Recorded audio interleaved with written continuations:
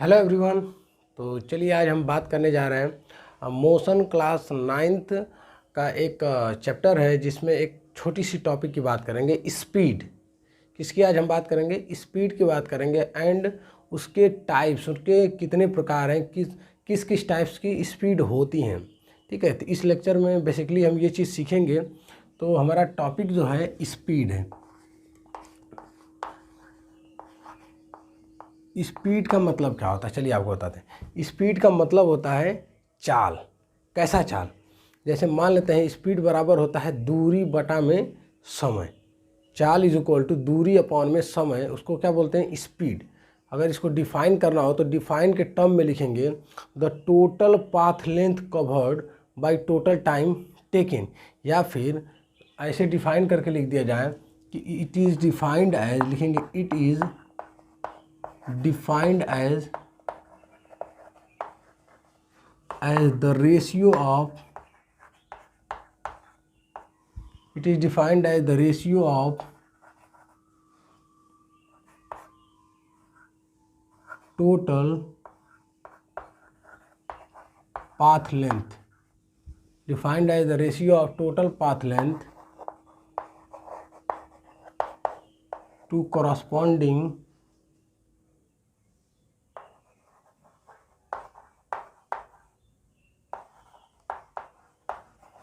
time taken।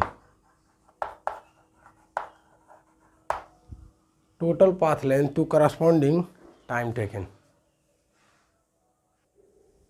ठीक है, it is defined as the ratio of total path length to corresponding time taken by the object।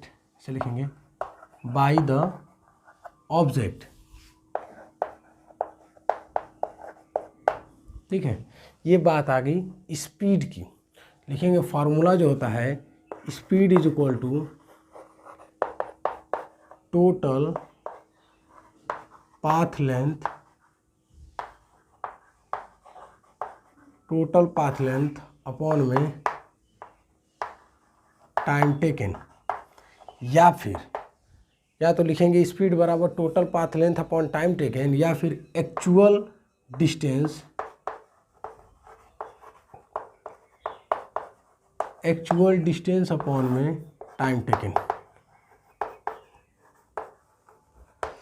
Actual distance upon में time taken को speed बोल सकते हैं। लिखेंगे unit of speed,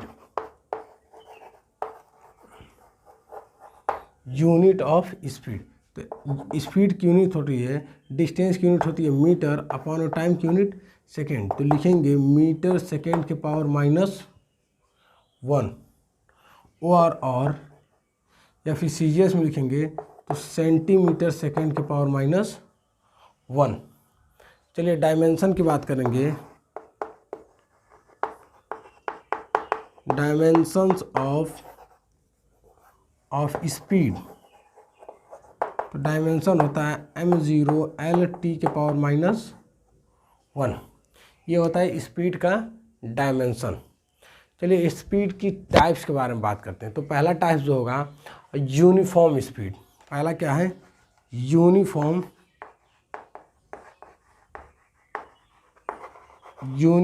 speed. कब किस ऑब्जेक्ट को हम यूनिफॉर्म स्पीड बोलेंगे? किसी ऑब्जेक्ट को कब यूनिफॉर्म स्पीड बोला जाएगा? जैसे मान लेते हैं कि हम अपना पोजीशन चेंज किए, अपनी स्पीड चेंज किए, इक्वल डिस्टेंस कवर कर रहे हैं इक्वल इंटरवल ऑफ टाइम में, उसको क्या बोलेंगे? Uniform speed. समझ में आया? तो उसको बोला जाएगा कि an object is said to be moving with uniform speed. An object is said to be moving with uniform speed। An object is said to be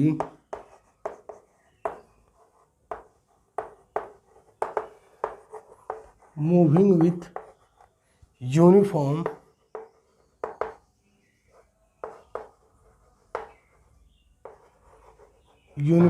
speed if it cover equal distance in equal interval time, in equal interval of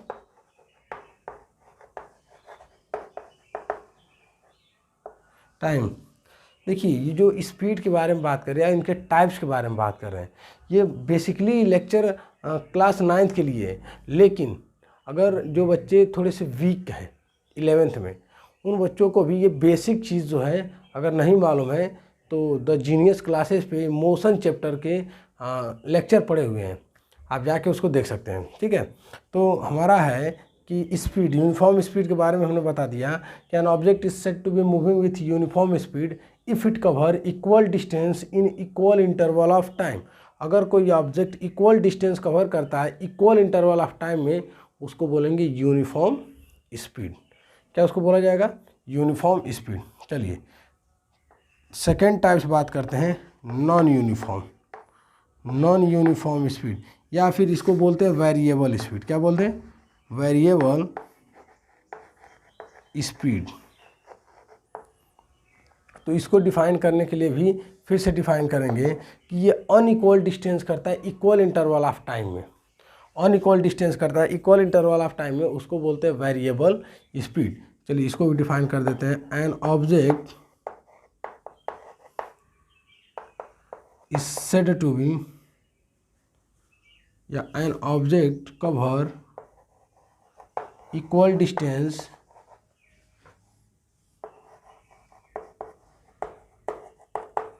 in equal interval of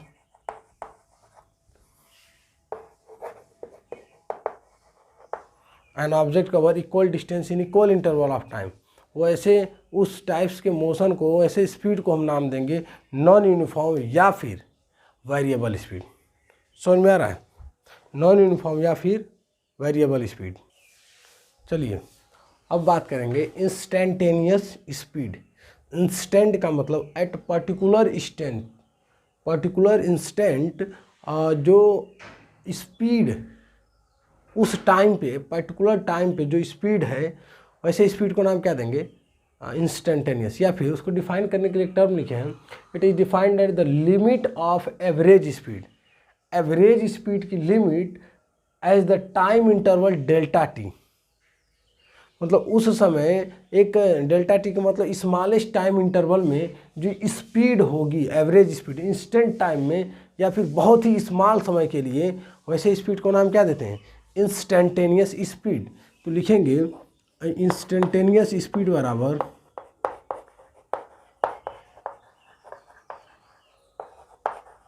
instantaneous speed is equal to लिखेंगे limit t tends to 0 और dx upon में dt। देखो changes भी कितना हुआ, dx, dx का मतलब small distances, और टाइम भी क्या है? dt। या फिर लिखते हैं डेल्टा x अपॉन में डेल्टा t। ये होती है इंस्टेंटेनियस स्पीड कि डेल्टा टी टाइम में टाइम लगभग 0 हो और डिस्प्लेसमेंट या डिस्टेंस कितना कवर किया? dx किया। डिस्टेंस कितना कवर किया? dx। वैसे स्पीड को नाम देते हैं इंस्टेंटेनियस स्पीड। इंस्टेंटेनियस का मतलब जनरली ऐसे समझ में आ रहा है हमें कि इंस्टेंटेनियस का मतलब है at a given instant of time.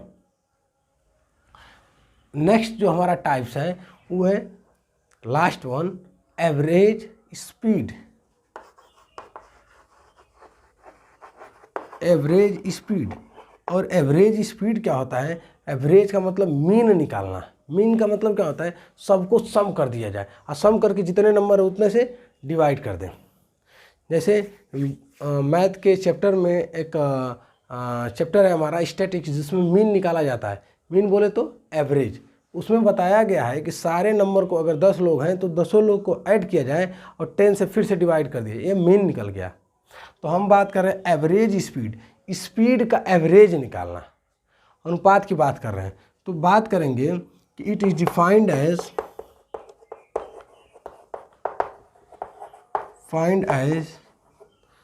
The ratio of total distance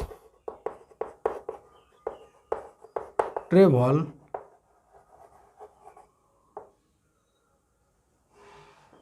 total distance travelled by the total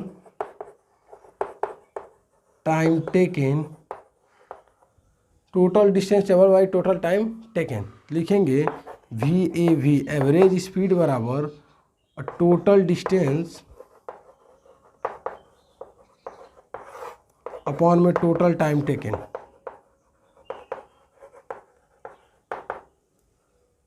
तो टोटल डिस्टेंस जो होता है V1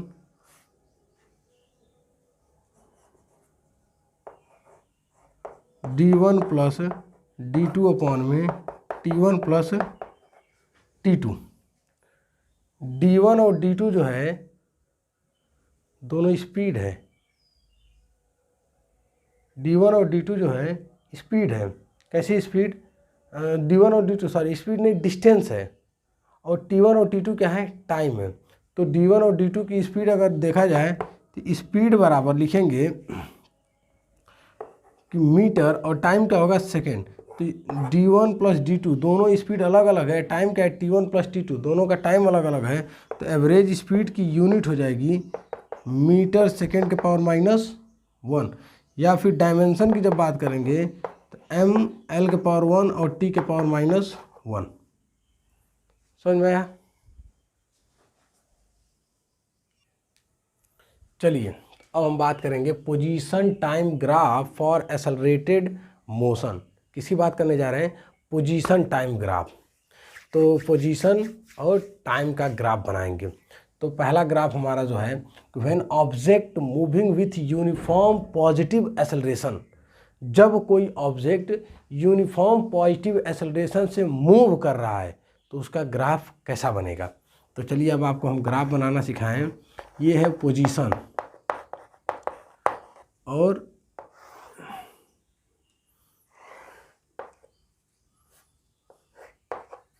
ये टाइम और ये ओरिजिन। ये पोजीशन हो गया, ये टाइम हो गया, और ये क्या हो गया? हमारा ओरिजिन, जहाँ से स्टार्ट होता है। अगर मान लिया जाए कि ऑब्जेक्ट कैसा मोशन तो यूनिफॉर्म कर रहा है, पॉजिटिव एक्सेलरेशन कर रहा है। अगर ये पॉइंट है, यहाँ से कुछ चला होगा, वेलोसिटी कुछ चेंज हुई होगी, या सेपरेशन कुछ बदला होगा, चेंजेस कुछ हुए होंगे। मान लेते हैं यहाँ से अब ये इंक्रीज़ कर रहा है और कैसा है?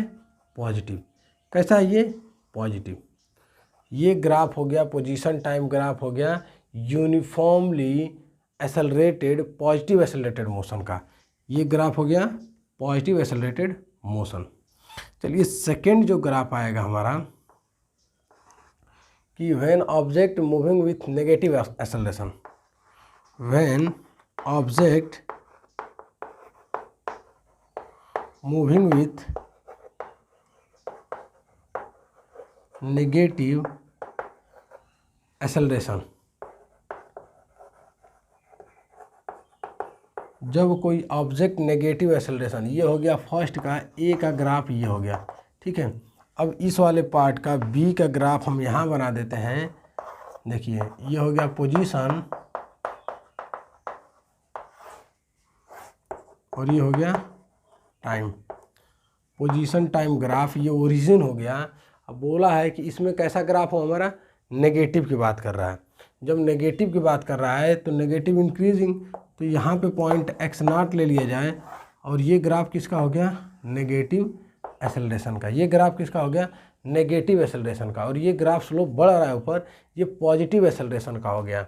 और थर्ड जो है हमारा सी पार्ट जो बनेगा, व्हेन ऑब्जेक्ट लिखेंगे, थर्ड पार्ट सी को लिख दिया जाएगा कि when object is moving with zero acceleration, when object moving with zero acceleration. जब जीरो एक्सेलरेशन हो उसका भी ग्राफ हम आपको बना के दिखा देते हैं। ये टाइम हो गया, ये ओरिजिन हो गया, ये पोजीशन सी का ग्राफ है। ये जो ग्राफ बनेगा x0 का, ये इसको क्या बोलेंगे? इसका एक्सेलरेशन क्या होगा? जीरो। इसका क्या होगा? स्लोप डाउन नेगेटिव, और इसका क्या होगा? पॉजिटिव। समझ में आ रहा है? नेगेटिव, पॉजिटिव और जीरो एक्सेलरेशन की बात कर लिया गया, जिसमें पोजीशन टाइम ग्राफ में, किस में बात कर लिए, पोजीशन टाइम ग्राफ में ये पॉजिटिव होगा, ये नेगेटिव होगा और ये क्या होगा, जीरो। देखो इसको सिंबल बना देते हैं, ये जीरो का है और ये किसका है, नेगेटिव का है। किसका है ये, नेगेटिव, और ये किसका है, positive, plus VE, positive, negative and zero, zero acceleration की बात है। समझ में आया? अब मिलेंगे नेक्स्ट एपिसोड में। Thank you.